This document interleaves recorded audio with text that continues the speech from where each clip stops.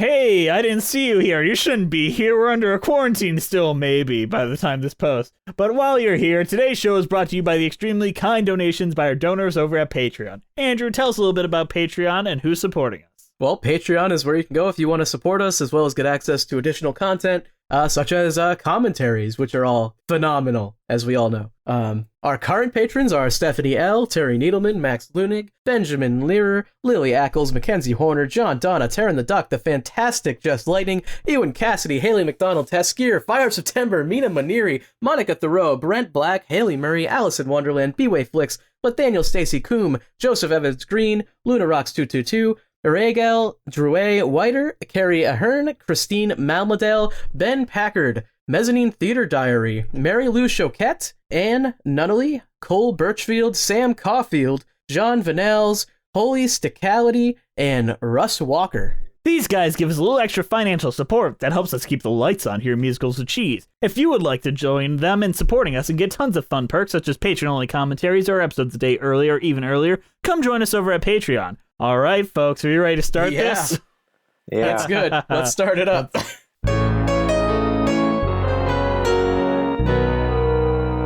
Hello, I'm Jesse McAnally. And I'm Andrew DeWolf. And welcome to Musicals with Cheese, a podcast where I try to get Andrew to like musical theater. And we have a wonderful recurring guest today. An extra special guest that's been here before. Yes, you might remember him from our Book of Mormon episode. It's Roby Johnson. That's like our most popular episode, isn't it? Like, I'd say it's pretty much all because of Robbie. Yeah, Robbie brought the stank on that one. How are you doing today, Robbie? Oh, just enjoying quarantine like everybody else, I guess. Oh, Isn't it fun? it's fun. But you know what? You know what I've been doing lately in my quarantine? Masturbating? Yes. Specifically to my favorite TV show, The Corny Collins Show. The Corny Collins Show! Yay! I would masturbate to Corny Collins Show. This week, we're talking about Hairspray. Woke up today, feeling the way I always do. Hungry for something that I can't eat. Then I hear the beat, that rhythm of town starts calming me down. It's like a message from high above. Pulling me out to the smiles and the streets that I love. Good morning, Baltimore. Every day's like an open door. Every night is a fantasy. Every sound like a symphony. Good morning, Baltimore. Hairspray is an American musical with music and lyrics by Mark Shaman. And fuck me, goddamn. Let me try that again. I got winded by shit.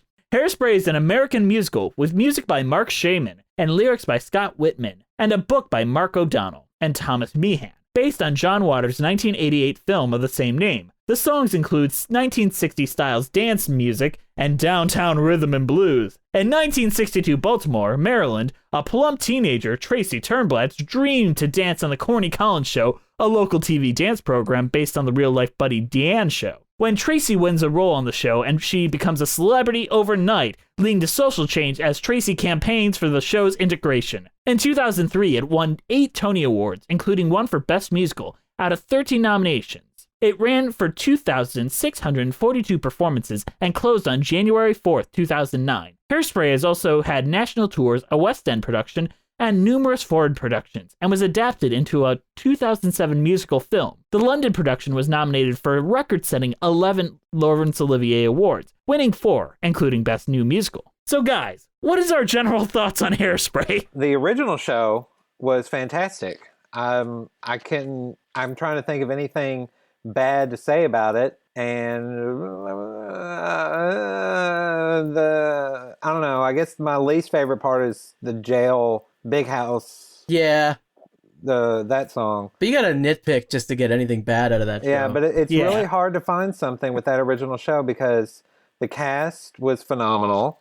I can't think of anybody who could have done those parts any better at that time. Not at all. And the only thing that may have ruined it was, they weren't going to use the lead girl who did Tracy they were going to choose someone else because she has no experience in Broadway.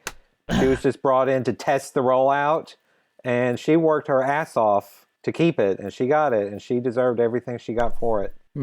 And a fun anecdote about that original Broadway production that is a technical thing that no one really thought about. This is a very dance-heavy show, and what would happen is their Tracies would keep losing significant amounts of weight as the show went on, so they would have to figure out ways to keep them bigger. Yeah. The same thing happened with Ricky Lake in 1988. John Waters had to keep feeding her to keep her fat. And now Ricky Lake's like a pretty slender-looking girl. Oh, yeah. She pops up every once in a while. So, Andrew, this is your first time seeing anything Hairspray. I actually had seen the movie a long time ago. Oh my god! So that was my first experience with Hairspray. But I want to say the movie is not nearly as good as the show. Okay, I'm interested because you're a John Waters fan. Not the movie. The movie musical is what I saw. Gotcha. I have not seen the movie. Actually, Gotcha.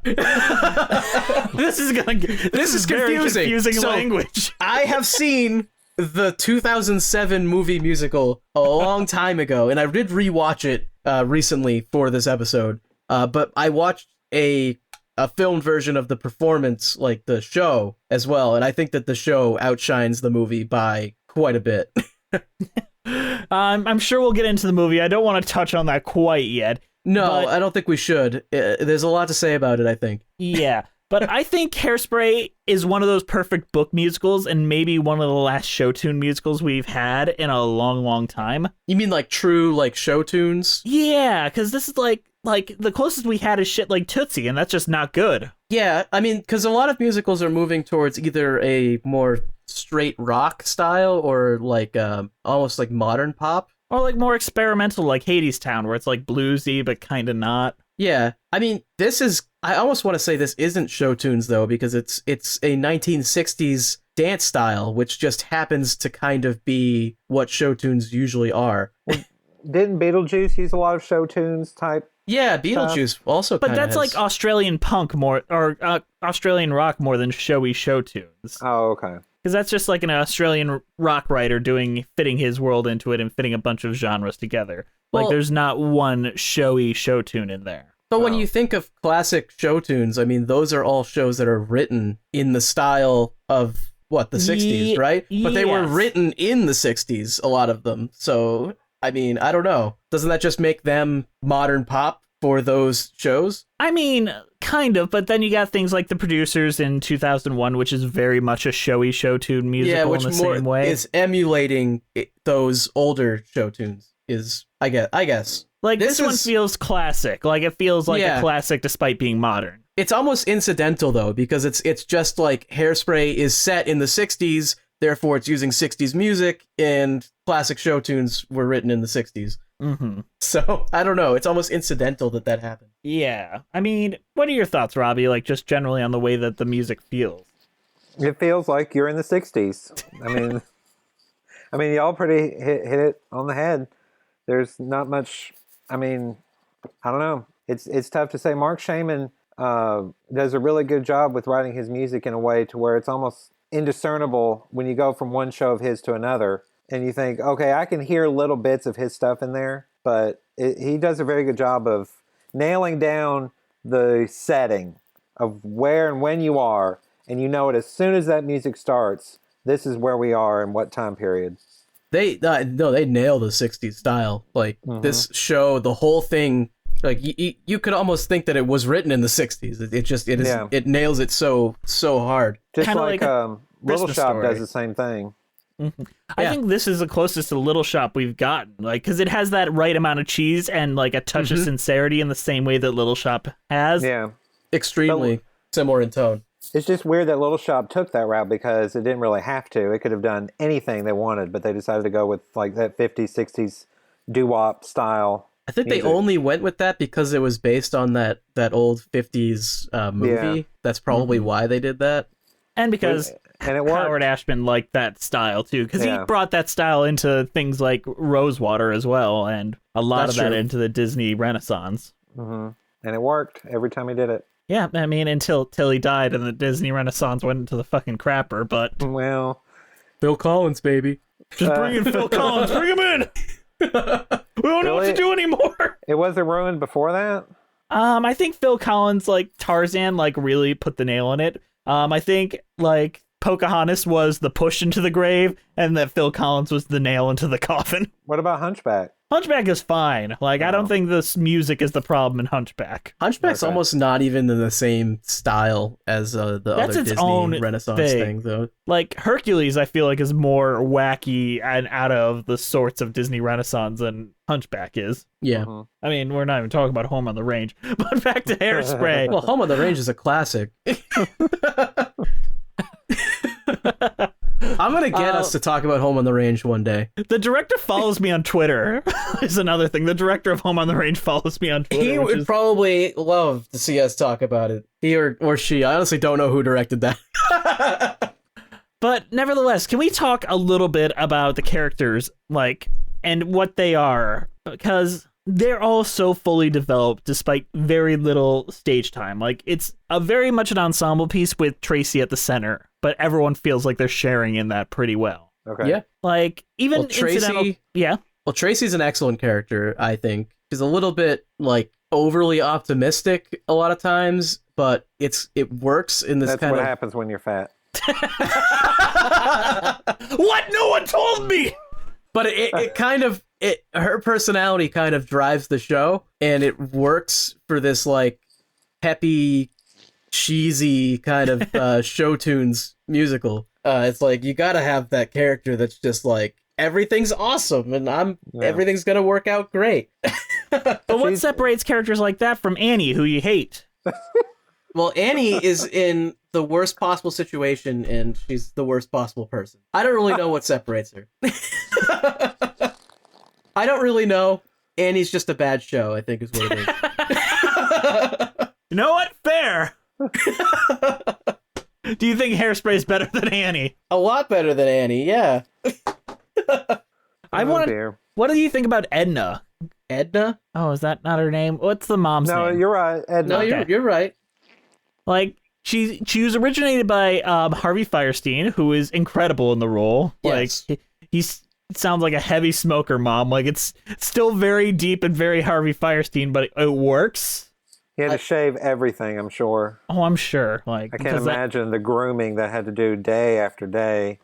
he's the second hairiest man in the world, first only to Blake would Robin plumber down Williams. the shower drain probably every night. Oh God. But yeah, that is a fully developed character, and they never once are like, it's a man in a dress. Isn't that funny? Isn't it funny that it's just a man in a dress? It wouldn't even make sense to do that joke, though, because it's like, it's not the man in a dress, according to the show. It's supposed Right. to actually be a woman. Yeah. Although, like, an Adam Sandler movie would do that joke anyways, because, you know, Jack and Jill exists. But, like... But yeah, it's great that they never do that joke, because that is honestly not a funny joke. It's just dumb. And the movie kind of does that joke, is the worst thing. I feel like the movie does the joke like, oh, it's John Travolta in a dress. It's not specifically that it's a man, it's that it's John Travolta. Yeah. Not much of a stretch had to be made to make that happen. No, not really. I remember when they announced that John Travolta was going to play that part, I was like, and? I just like, I like, think it's why, terrible though? casting, though. It is. Oh, yeah. I mean, I don't know why they chose him. Honestly, there were How so about- many others that could have done that so How about well. Christopher but whatever. Walken as the dad? I feel like that was maybe even worse casting. I'm not.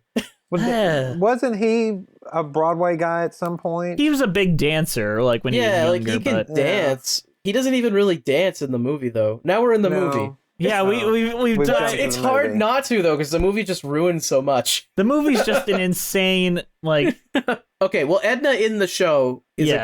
a great character. Yes. with a She's- proper arc, and eventually she hates herself at the beginning because of the way she looks, and then she's inspired by her daughter, despite being what she is, to become like comfortable with herself. And in that final number, it really is a compelling emotional arc when she's like, I don't care what the fuck you think about me. Right. Does Tracy really have an arc now that I'm thinking about it? No, because she is the No. beacon It really of light. doesn't. Yeah, it's kind of like she is guiding other people. She has So- a moment of darkness, Yes. but then she comes right back. So But the moment of darkness is just her, like, oh man, maybe I was wrong, and then it's like, oh no, I was right the whole time. Never mind. yeah, well, I mean, it's just her fighting the world.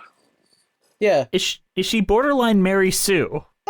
in a good way, maybe. Yeah, like it's not a negative towards it, but like everyone who meets her suddenly really likes her. No one has a bad thing to say about her except It's for the true. blatant enemies. But it's played almost for laughs. Like it's like, man, everybody really likes her, I guess. Except for like the teachers and shit. Like the gym teacher hates her and like Well, those people are just evil, and they can't be swayed by her perfection. But they don't like fat people.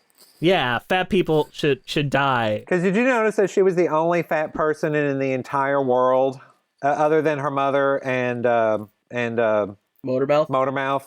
They were the only 3 overweight people in the entire cast, the movie, everything. Nobody else, like no extras could be overweight. All right. It's almost like that they don't recognize an obesity epidemic when they see one. Well, I mean, I don't know much about Baltimore in the 60s, but I'm pretty sure it wasn't just 1, 2, or 3 fat people and everybody else was super hot. I don't think so. We never But- really got to see everybody, though. We only saw the nicest kids in town and Tracy's little group. Yeah, I Yeah. mean, no, definitely they wouldn't be on the Corny Collins show. I mean, Well, no, but maybe I'm they thinking would like be. the kids in the detention. You know, they were all skinny black people. Yeah. Well, now that we brought that up, can we talk about the way that the show handles race and the race? Like, the arc of this is like people can be lightly racist to racism is solved. Hooray! That is the plot line here. I think my only issue with how they handle Tracy race is, solved racism, guys. Yeah, it's the ending. It's just where they're like, all right, well, yeah, we've been dealing with racial issues the whole time, but at the end, I mean, we solved it. It's over, Yeah. guys. I think it was more. I think it's more about the racism of the Negro Day stuff on the Corny Collins show. It was more just about integration Yeah. than racism.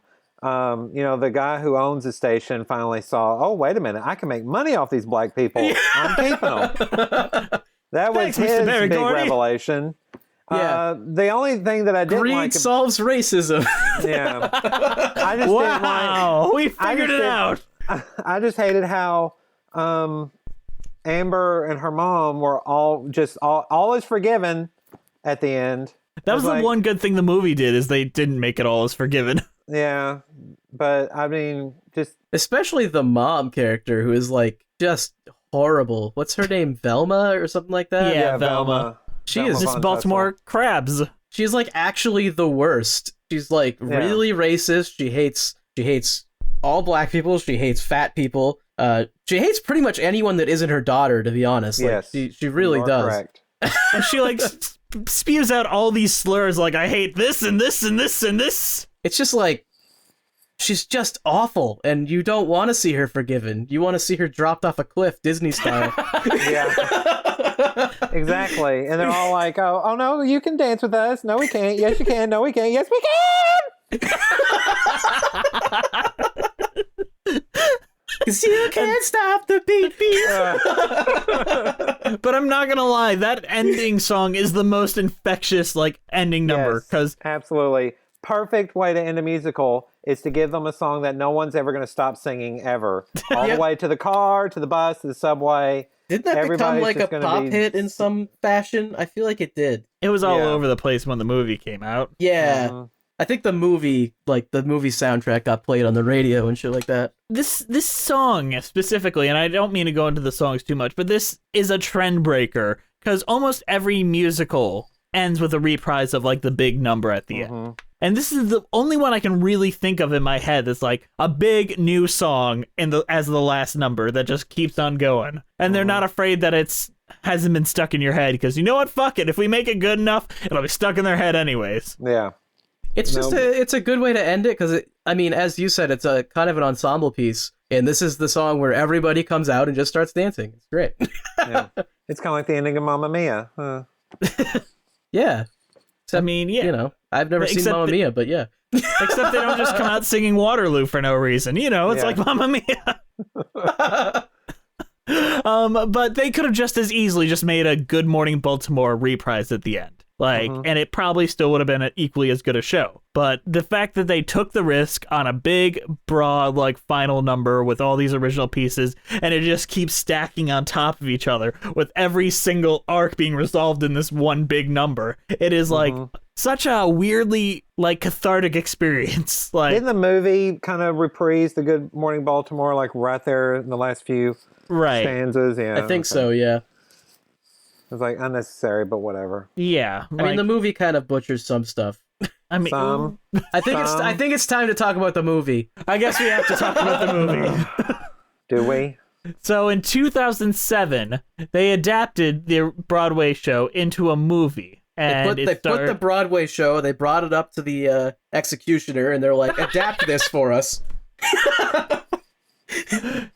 And they brought in Nikki Blonsky, who I think is actually a really good Tracy in the film. They brought Michelle Pfeiffer, Amanda Bynes before she was on a lot of alcohol, Zac Efron before he was The Greatest Showman, and a bunch of other folks, but most of all, Christopher Walken and John Travolta. The film was directed by Adam Shankman, who really hasn't done much. He directed a few episodes of So You Think You Can Dance, and he directed another musical that everyone loves. He directed Rock of Ages, starring Tom Cruise. Another wonderful movie, Transylvania. Yeah, perfect. Absolutely perfect. No faults No whatsoever. faults there. Perfect. So, what's wrong with the movie? Shall we start at the beginning? Yeah, let's go. Go for it. What do you got? Well, I did like, going around the city and everything else and kind of making that happen. The bit with the mothers, the expectant mothers drinking and smoking in the bar, that always made me laugh. John Waters cameo John Waters as the Flasher. as the Flasher was That was perfect. good. Yeah. But yeah, and the opening, I'm like, okay, great. Let's see what this movie's got. Nothing. Nothing at That all. was it. It should have just stopped. As well, soon I as think that's what it had. That was about. As soon as it stopped with that song, I'm like, the movie's over. I think it does moments very well. I think it's not a confident movie. It is, a director has no confidence in what it's doing. No, because I don't think the director knows what he's doing. I think it's just like he's got an idea of what it should be in his head, but he doesn't know how to project that to the actors, and the actors just do their thing. He's like, good enough. Well, he didn't have confidence in the numbers itself that they could stand on their own, so he cuts to like all these fantasy sequences because he's like, I don't think this can work or else people are going to get bored. It's a movie. We got to do everything bigger. Yeah, And that whole fantasy sequence with Without Love, no. Yeah, That was so stupid. Yes. John Travolta's not good at all. No. Like, not even a little bit. He doesn't, he sounds like a man in a dress. Harvey Firestein, especially when has singing. When singing. Has that smoker's voice, which works in any musical role he does, whether he's male or female. Doesn't matter. It was the point. Divine was the exact same way. That's why it was so perfect. But John Travolta, his voice is too, and I use this word loosely, pure to handle that. It just sounds like a man who's got his voice way up here, Tracy. Oh, Tracy, you can't go out. You can't be doing this. We're too large. Yeah, but then when he starts singing, he even loses that. No, this is totally against my Scientology. He doesn't sing that often, but when he does, it's like he just drops back to the normal John Travolta voice, and it's like, all right, I guess we're not even trying anymore. And it wasn't even, and I thought, well, are they going to try to do, I mean, I know John Travolta's getting on in years, but surely he can possibly do John Travolta choreography? No. I mean, Nothing. That would have impressed me a little bit, but no, none of that. Christopher Walken comes in and does the dad, and I mean, he's fine. I guess at the end, it's just like, who else would they have gotten? Martin Short, apparently. Well, we'll get to that in a minute. Anywho, but I mean, Michelle Pfeiffer, she was in Grease too. Oh, that classic. And I'm trying to think of any other fantastic Tony Award-winning musicals that she has done. Zero. She auditioned for Evita, and her audition tape leaked, and she was very bad. Again, zero. Yet she is in this movie because she looks the part, sort of, but she does not. No, doesn't do it. Can I say Oh, go ahead. Oh, I just wanted to say that Zac Efron and James Marsden both knock it out in this movie. They're both very good in it. Yeah, James Marsden, I think, did a very good job. Was that his real voice? Yes, that was his real voice. Okay, good for him. Because he also used his voice in Enchanted, too. Oh, okay. Zac Efron, he was just the hot singer at the time. Yeah. Whoever the hot singer would have been at the time, that's who they would have cast. It just happened to be Zac Efron, right place, right time with him. But Zac Efron is a better actor than most hot singers, is where I sit. Now, he did yes. okay, for Back sure. then, he's still learning. Back then, he was still learning. He was but, kind of just pretending to be Elvis. Yeah, he really was. But who else was in there that was terrible? Queen Latifah was fine.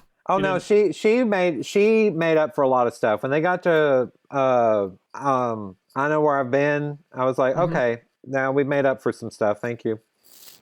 Allison Janney is a standout in it. She doesn't sing much, but when she's on screen, I'm just happy. But, I mean, she doesn't have to sing. She's just she does that role really well.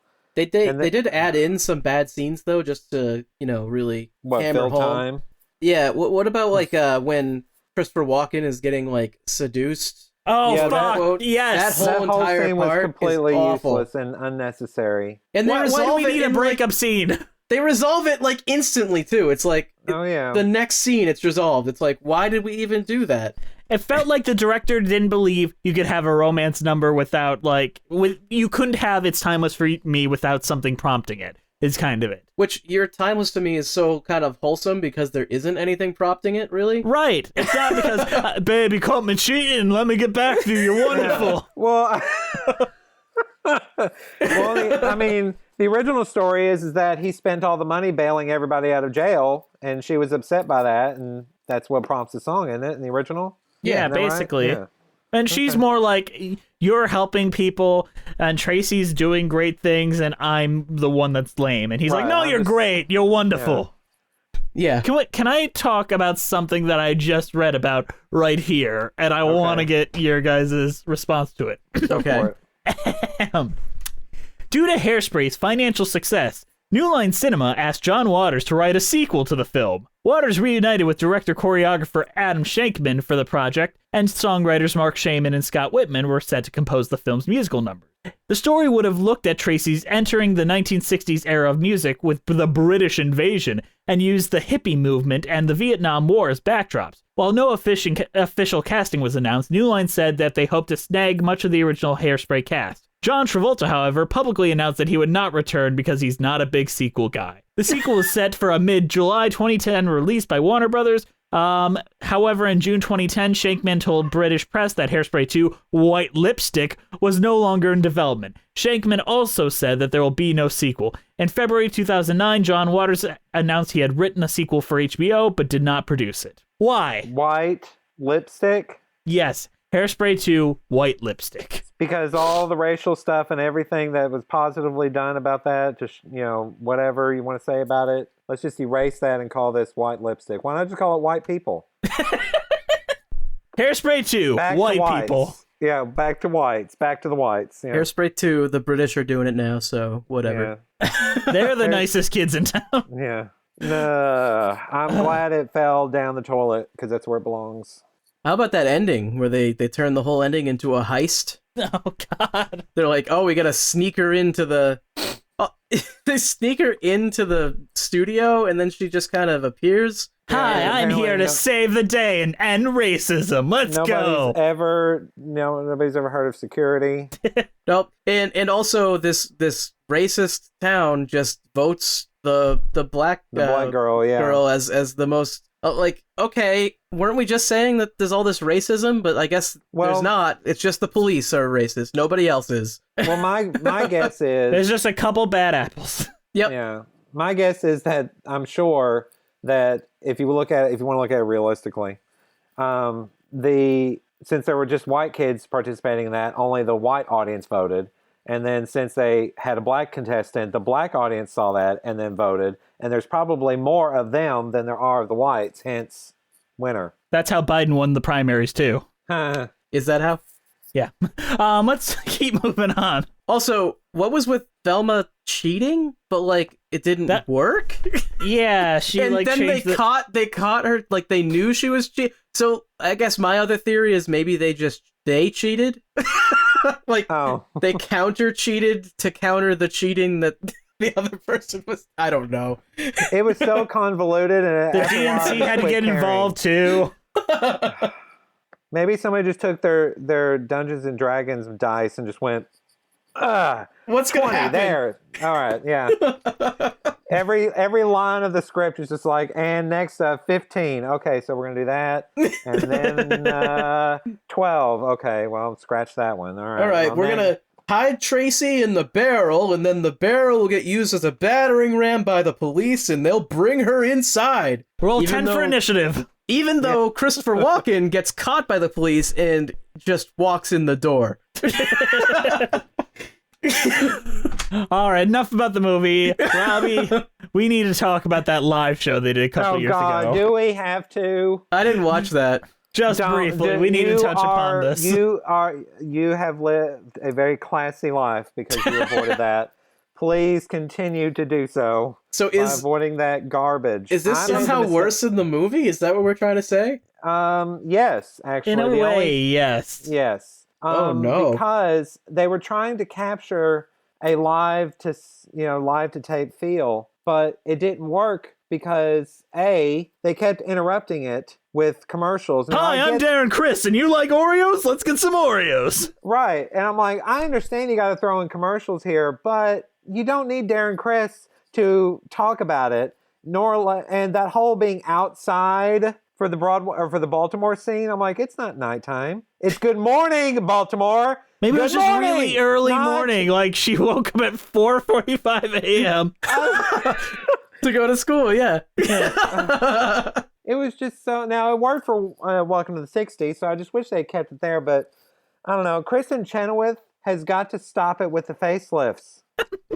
That might be the gayest thing ever said on this podcast, and that's a lot. She is going further and further back. Her mouth is going to wrap all the way around. She's going to be able to tighten the bow in the back of her head. Now, I saw her in American Gods, and I was like, okay, well, it works here, but maybe it was supposed to work for that character. Maybe she's just so far gone and she's had so many facelifts, she's supposed to look like that. I don't know. That would make sense. But and then Garrett Clayton as Link. Well, again, he's the hot, young, whatever. I thought Zac Efron brought more to it than he did. Yeah, because Garrett's not really is he a singer? I have no idea. He sang fine. What do you think of Grisabella as Motormouth? Oh, she was fine. It's hard to mess up that role unless you have a bad voice. Right. But if you can bring it voice-wise, you can nail it. You can be skinny, you can be fat. I guess it doesn't matter. Here's my biggest problem with that movie. Ariana Grande. I forgot she was in that, yeah. What the hell were they thinking? She's supposed to be the whiter than white of everybody in that whole show. That's the point of her character. And Ariana Grande is not. She is like mocha, frappuccino, something. Or is that just spray tan? I don't know what it is. But then when she comes out, she goes, I'm now a checkerboard chick. Honey, you've been a checkerboard chick this whole time. That character Penny always bothers me in this. Like, she's thought as like girls idolize her because it's the one role that the pretty girl can play in the show. I thought that was Amber's role. No, I mean like the one with actual songs they want to sing. Oh, what? No one wants to sing Cooties? I love that Nobody song. likes Cooties. Cooties might be one of the worst songs in the show. The only thing that I did enjoy about that was I'm a Big Girl Now, because that was left out of the movie. Big mistake, because that's a great song, and every teenage girl ever, I'm sure, has thought those thoughts at one way. And it delved in everybody. The shut-in, the fat girl, and the pretty girl. All of them got their moment. And it's kind of written as if for a film, too. Like, I can see the editing in my head for that. They edited it like shit in the live show. Well, why would you need editing in the live show? It's supposed to be a live show. Can I say something really... I want to, like, before we go into the mid-show and talk about the songs, yes. I want to send some love to a friend of mine who is the one that runs the switchboard for every one of those musical live shows.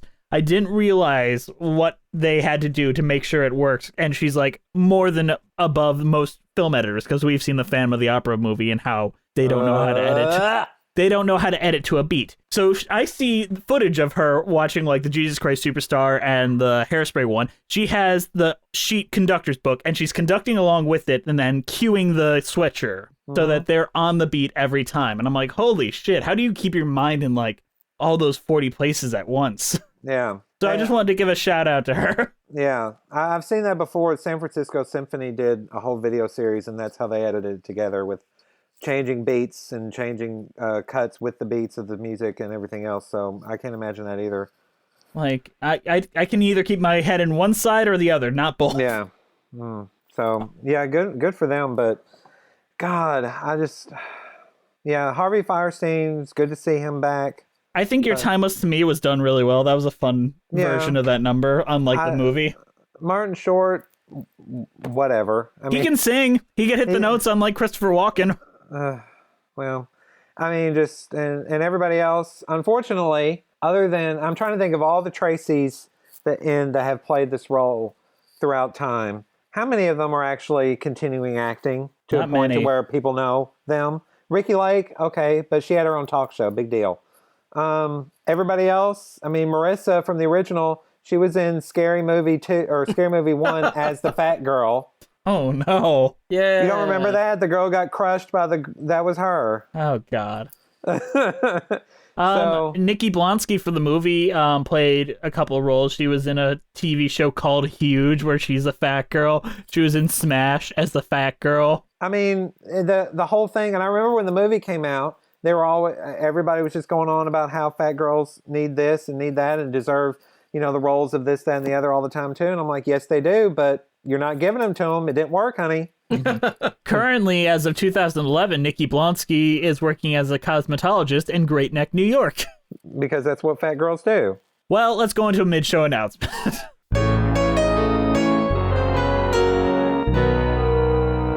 Hey, we didn't see you there. We're going to shill at you. Our show is brought to you by our extremely kind donations by our donors over at Patreon. Our current donors are Stephanie L., Terry Needleman, Max Lunig, Benjamin Lear, Lily Ackles, Mackenzie Horner, John Donna, Taryn the Duck, The Fantastic, Just Lightning, Ewan Cassidy, Haley McDonald, Taskir, Fire September, Mina Maneri, Monica Thoreau, Brent Black, Haley Murray, Allison Wonderland, B-Way Flicks, Nathaniel Stacy Coombe, Joseph Evans Green, Luna Rocks 222, Irigale, Drew Whiter, Carrie Ahern, Christine Malmadel, Ben Packard, Mezzanine Theater Diary, Mary Lou Choquette, Ann Nunnally, Cole Birchfield, Sam Caulfield, John Vanals, Holly Stickley, Russ Walker. These folks give us a little extra financial support that helps us keep the lights on here at Musicals with Cheese. If you would like to join them in supporting us and get tons of fun perks such as patron-only commentaries, our episodes a day early or even earlier, come join us over at Patreon. All right, let's get back to the show. Oh, look at my hair. What you can compare with mine today? Oh, I've got my hairspray and radio. I'm ready to go. The rats on the street all dance around my feet. They seem to say, Tracy, it's up to you. So, don't hold me back, 'cause today all my dreams will come true. Good morning, Baltimore. There's the flasher who lives next door. There's the bum on his barroom stool. They wish me luck. Good Morning Baltimore is a fucking great opening number. Yes, Absolutely. very, very good. Absolutely. Like, it sums up the character, like, before she even sings a note. Like, even with her first note, you get who this person is. You get the style, and you get everything about what Baltimore is. It shows that you don't need the big, like, everyone in the ensemble gets out and says, "Welcome to Wonderland," or whatever. Yeah. So, why does this And it's take her place in want Baltimore? song right away. What was that, Andrew? Why does this take place in Baltimore? Is there an actual reason? That's where John Waters is from. Yeah, that's where John. Oh, Waters is that from. actually okay? That makes sense. Downtown Baltimore? Isn't it pretty much all his movies take place in Baltimore? Yes, that is his thing. It's his shtick. And this is his, like, kids movie that he made. Yeah. I am surprised at the legs that the show has had, like, as a film adaptation. Like, as far as movies that become musicals, this doesn't feel like a greedy corporate one. No. And from these first notes of Good Morning Baltimore, you feel like, oh no, this is trying to do a thing, not just be weird for the sake of weird or be a shill in adaptation, like Shrek the Musical. Mm-hmm. Yeah, this is much better than Shrek the Musical, is what we're trying to say. I mean, yes, but I still like Shrek the Musical.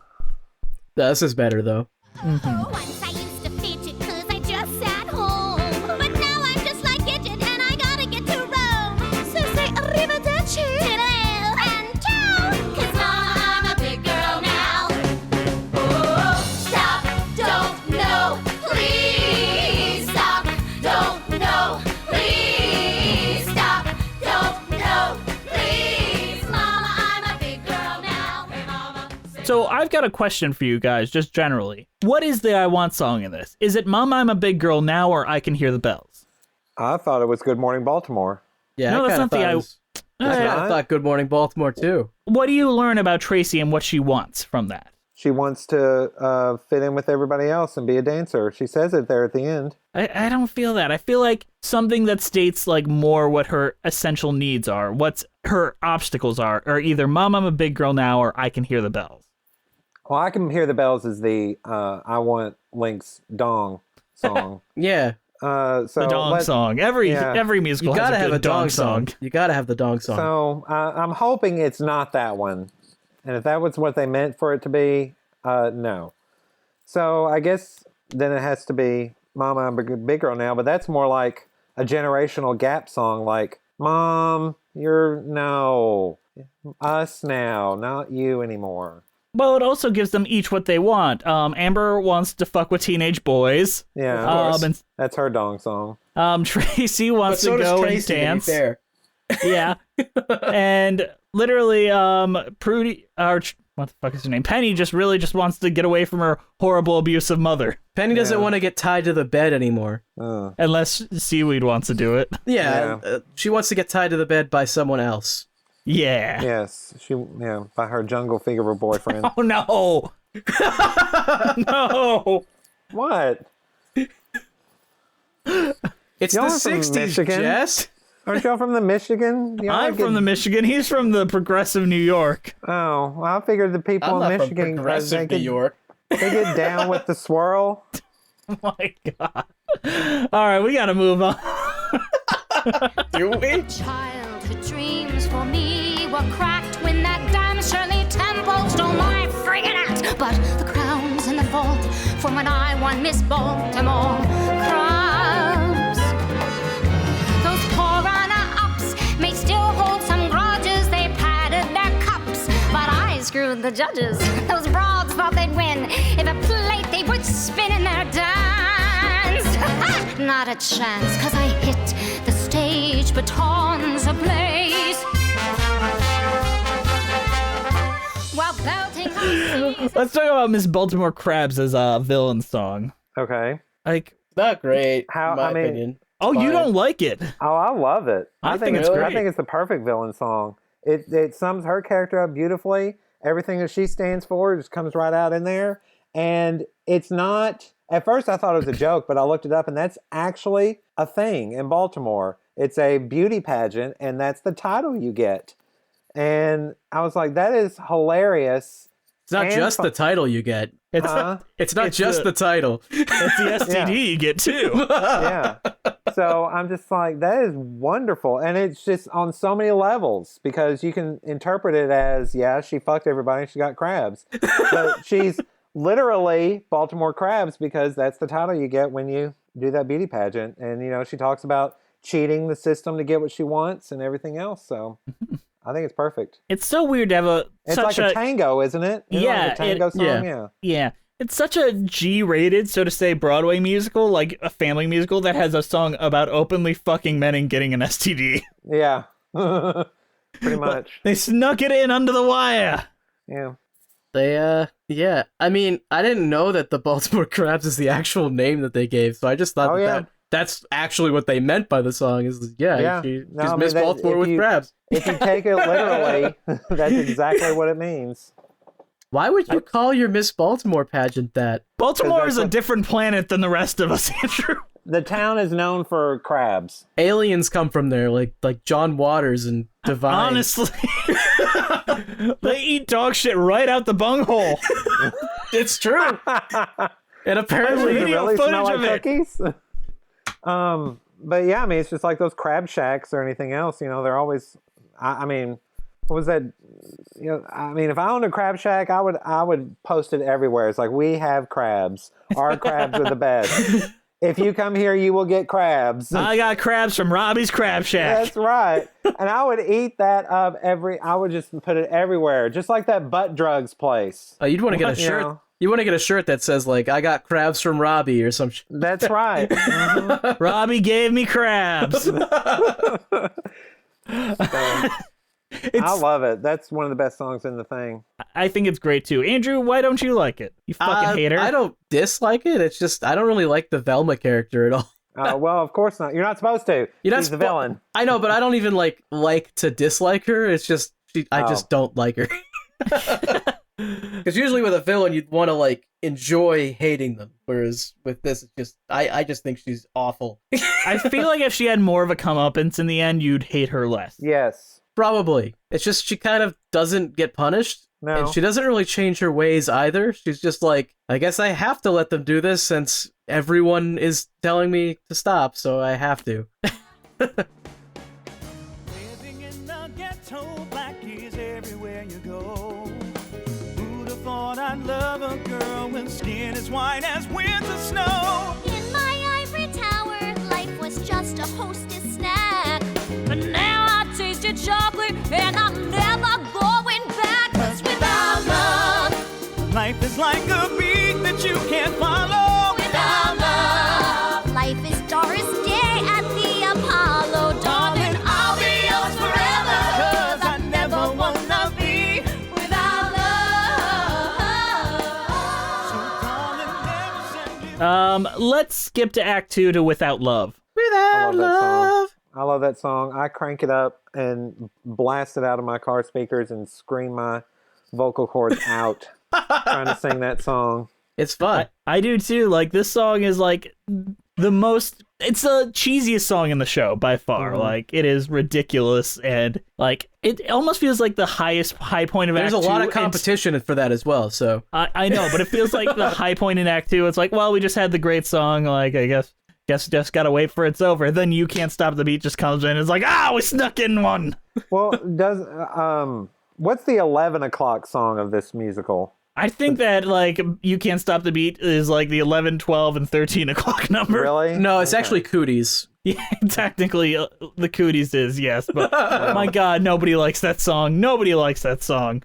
Well, I'm trying to remember. It's been a long time since I've seen the Broadway show. I saw it locally here not too long ago. But when was, in the order of things, I Know Where I've Been? It's after Without Love, Okay. but before Cooties and You Can't Stop the Beat, and it's See, Hairspray. I think that is your 11 o'clock song. I mean, yeah, it is the memory one, Yeah, but it's not. Cooties, I think, is just your, I don't know, because that song lasts like, what, a minute and a half or so? Like a Not very minute. long, yeah. It's just still. it's just a reminder that we hate that person. It's your second villain song. Well, no, because Velma had a reprise, so it's our third villain song. Oh, yeah. Cut Cooties is what I'm telling y'all. Yeah. It kind of doesn't have to be there. That's the one good thing about the movie. It cut Cooties. Yeah, it did.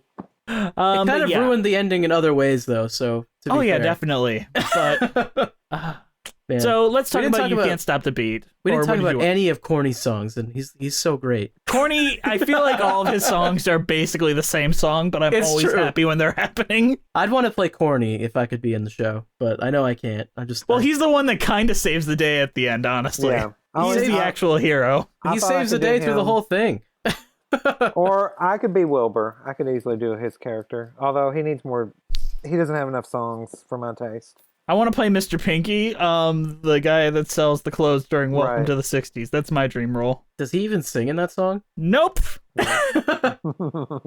And that's probably the best for me. Don't make me sing. Yeah, his role kind of doesn't go anywhere either. Like they just, that's it. Yeah, that's why they put Sean Hayes in there, because he doesn't go anywhere either. I like Oh in my the movie. It's George Costanza's dad, right? Yes, and George Costanza's dad played Wilbur in the original 80s movie. Yes. Holy did. crap! Andrew has never been less impressed by a fun fact. That's Well, here's so some more fun crazy. facts. What about? Let's talk about how many people have played Edna on stage. I 'Cause know you have Michael Harvey Ball. Firestein, yeah, and he's about to do it again Oh because they're god. reviving it in Britain Right. again. Great. And I was like, oh well, he's gonna do it again. But Norm from Cheers, whatever his real name is, and there was somebody else that threw me for a loop. I was like, really? Wow, okay. But now I can't remember who it is. Yeah, a lot of character actors. Michael McKean. Yes, that was it. That was the one. I couldn't believe that. Yeah, Okay. it's ridiculous. I don't know. That's a Yeah. good role. It is a good fun role. I think Yeah. Andrew should play Edna. I could I pull can it see off. it. You can't stop my happiness, 'cause I like the way I am. And you just can't stop my knife and fork when I see a Christmas ham. So if you don't like the way I look, well, I just don't give a damn. 'Cause the world keeps spinning round and round, and my heart's keeping time to the speed of sound. I would walk till I heard the drums, and I'm on my way. 'Cause you can't stop the beat. Ever since this whole world began, a woman found out and she shook and shake up my man. So I'm gonna shake and shimmy it the best that I can today. 'Cause you can't stop the motion of the ocean all this time. All right, you can't stop the beat. We gotta go. Okay, You Can't Stop the Beat is awesome, and everyone Yeah. sings and everyone dances, and it's like, wow, cool, everyone's dancing and singing. Yeah. I like that.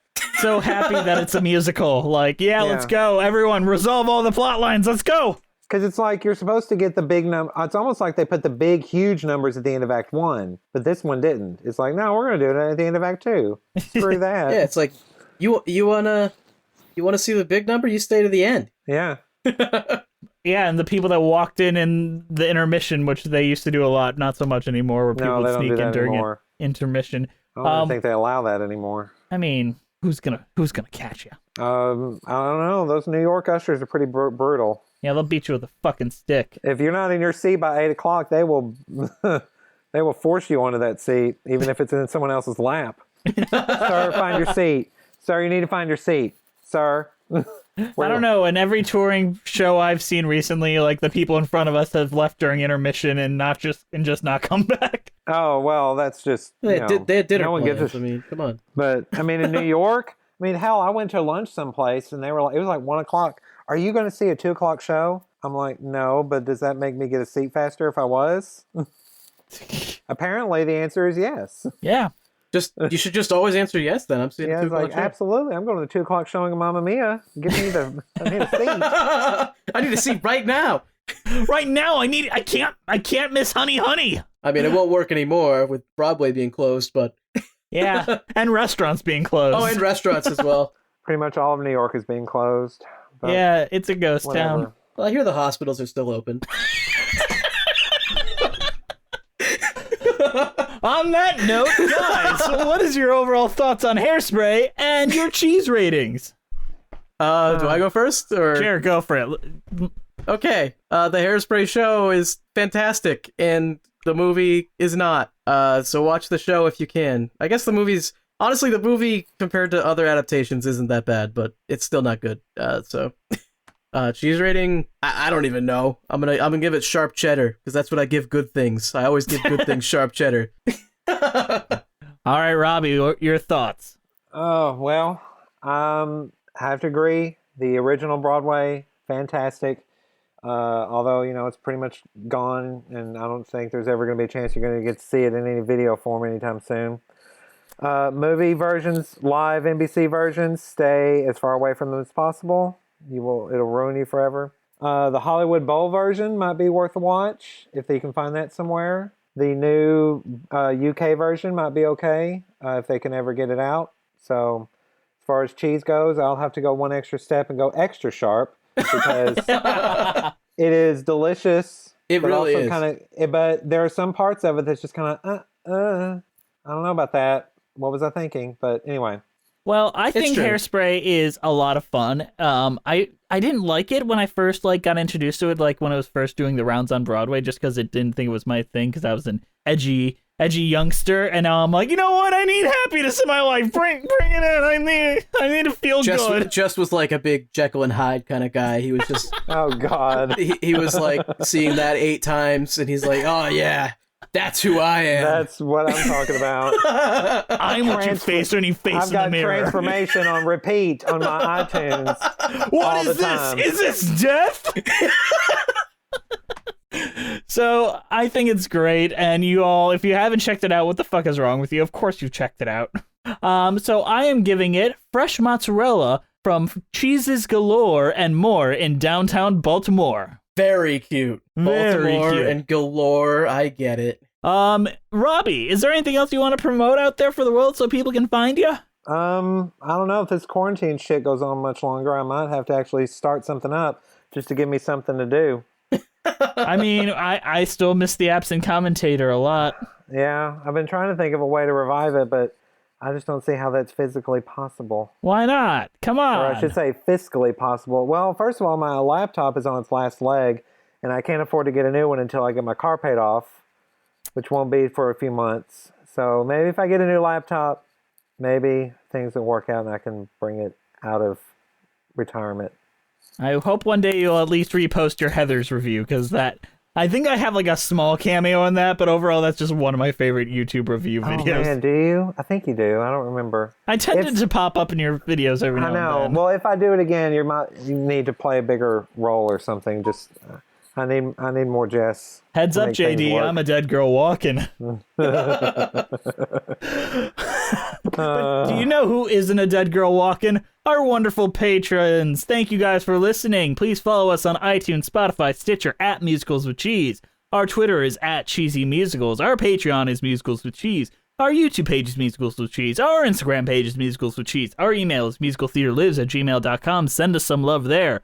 Our title card was created by the amazing Jolene Casco. Follow her on Instagram at Jolene Casco. Andrew, is there anything else you want to promote? Do you have an EP or anything going on during this dark period? To be honest, I really don't. But I'm on Twitter at Hey Doctor, and I'm on Instagram at Hey Doctor as well. So. Go send him some love. He doesn't have enough followers.